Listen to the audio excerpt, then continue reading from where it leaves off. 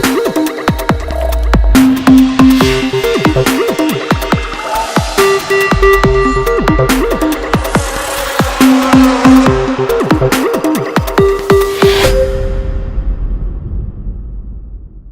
evening, viewers. This is Point of View, and I'm your host, Linda Kruger.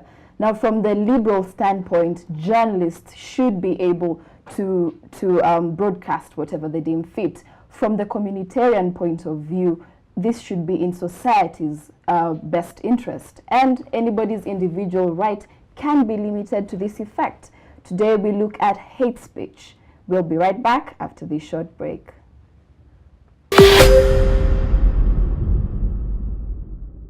And we're back. Today in studio with me is Mr. William Oloo, Chairman of the Kenya Correspondents Association. Welcome to the show. Thanks. Today we're talking about hate speech generally, and we've had the security bill and all its controversies, and one of its important tenets has been limiting journalists and what we air, what we broadcast. In your professional opinion, what can we describe hate speech as? Hate speech is, there's the liberal definition of hate speech by different, either in terms of scholars, by different other people who look at it in, but in terms of the law, the current law that we have in Kenya that defines hate speech is actually within the National, Commission, the NCIC Act, National Commission and Integration Act. And within that act, there's a bit of limitation in terms of what hate speech is. Indeed. But the effect of that definition is that it talks about hate speech as the conscious uttering of certain words, or the kind of words that are calculated to urge certain people to action, and largely against communities, not individuals. Indeed.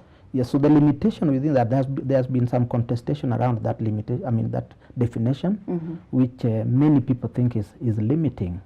And therefore, under the current arrangement, prosecution of certain individuals who utter certain, what is considered hate speech has been very difficult because largely within the NCIC Act, it is a question of somebody or a group of people talking in a manner that urges action against communities in an adverse way. Okay. Now, journalists have been thrown in the limelight over this, and given the broad and wide meaning and lack of a specific definition of hate speech, can we really hold journalists accountable for the information they partake? I mean, we have freedom of expression under the Constitution and freedom of the media. Can we really hold them to book? There are various laws. I mean, beyond the Act, there are many other laws. For example, the Penal Code, within the Media Act, which also talks about the ethics, the journalistic ethics and so on.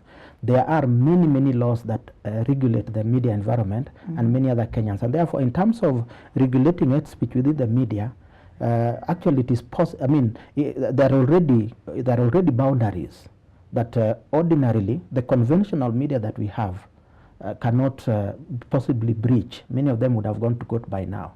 But sometimes when you get the talk about what many people think is hate speech within the media, strictly speaking, it is not actionable in law.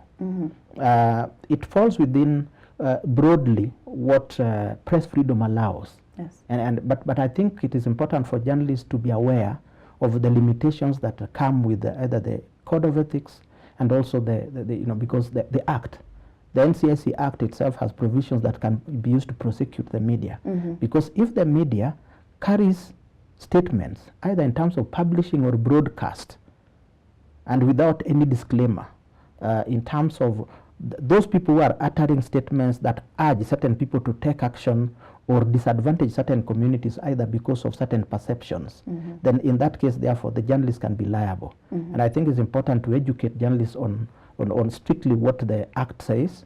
There have been attempts before by the NCIC in terms of partnering with the different organizations, but I think a lot more needs to be done. Okay. So broadly speaking, I can say that journalists need to be very aware of some of those boundaries, but I can safely say that within the current framework, we would not say that the conventional media, that is the formal media that we have,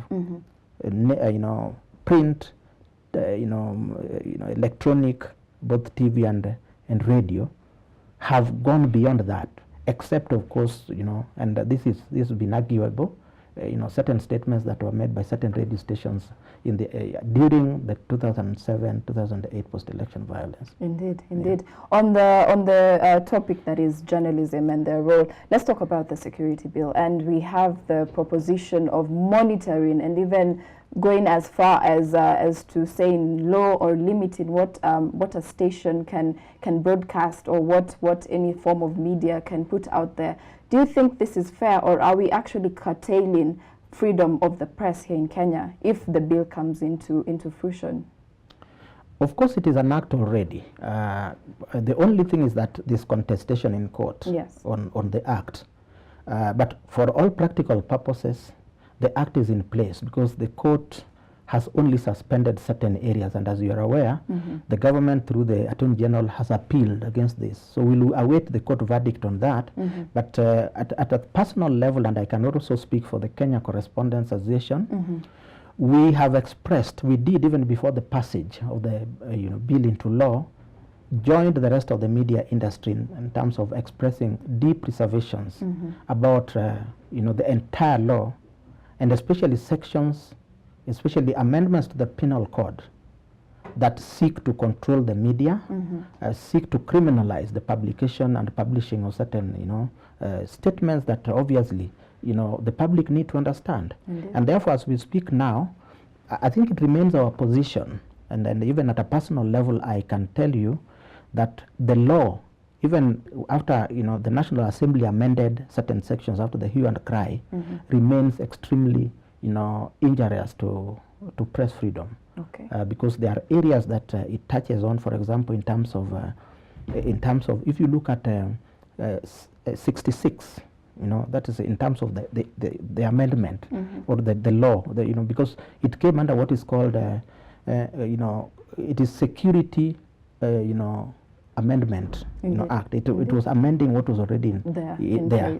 So the amendments that were brought in sought to change certain things within the penal code and also the National Intelligence Act that seek to control the flow of information, fundamentally in terms of even the freedoms of the public, even in terms of assembly and so on, in terms of even gathering and so on, and licensing political parties. But speaking about the media, the fear is in terms of sections, and I'm talking about 66A and the various sections from 1 to 4, to 3, that seek to criminalize the gathering and publication of information, and also attempting to get the authorities to monitor how this is done.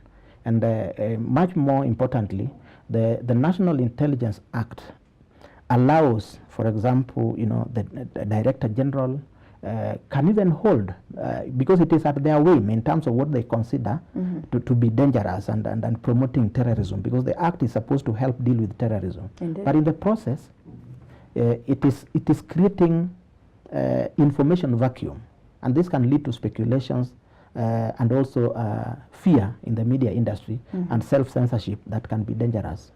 Mr. William, in your professional opinion, given the many and various instances that we've had the media on the limelight and in the spotlight over the certain ways of reporting about certain issues and arousing these feelings that we are talking about, whether in due regard to hate speech or in retaliation, do you think we take it seriously, the power that has been given to the fourth estate as journalism? I think what we can say is that, you see, the media is part of the big Kenyan society. And the big Kenyan society, like all the other societies, are prone to making mistakes. And therefore, the media itself, the entire media industry, collectively or at the individual levels, have made certain mistakes.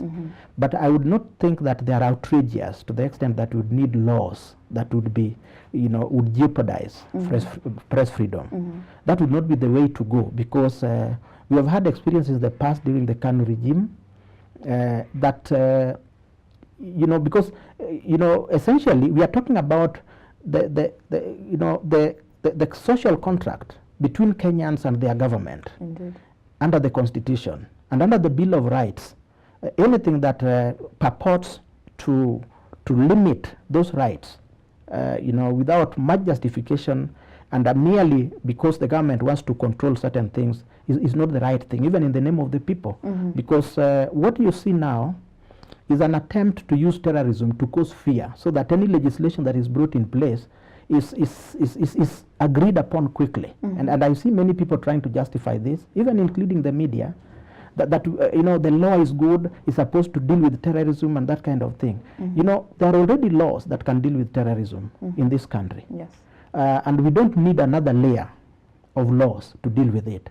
We need to implement some of the laws that already exist. We need to look at structural issues within the police force and other security agencies, because the law itself cannot cure certain weaknesses. Indeed. So strictly speaking about you know, this on the media, we can say that the media has made mistakes, individual media houses and so on, but the mitigating factor is that the media industry and through Parliament set up organs for looking at some of these excesses, and that comes in the Media Council of Kenya. And for the broadcast sector and you know, frequencies and so on, we have the you know, the CAK. You know. Indeed, Yeah. indeed. Now we're taking a short break, but we'll get right back to that topic. Yeah. Keep it point of view. Yeah.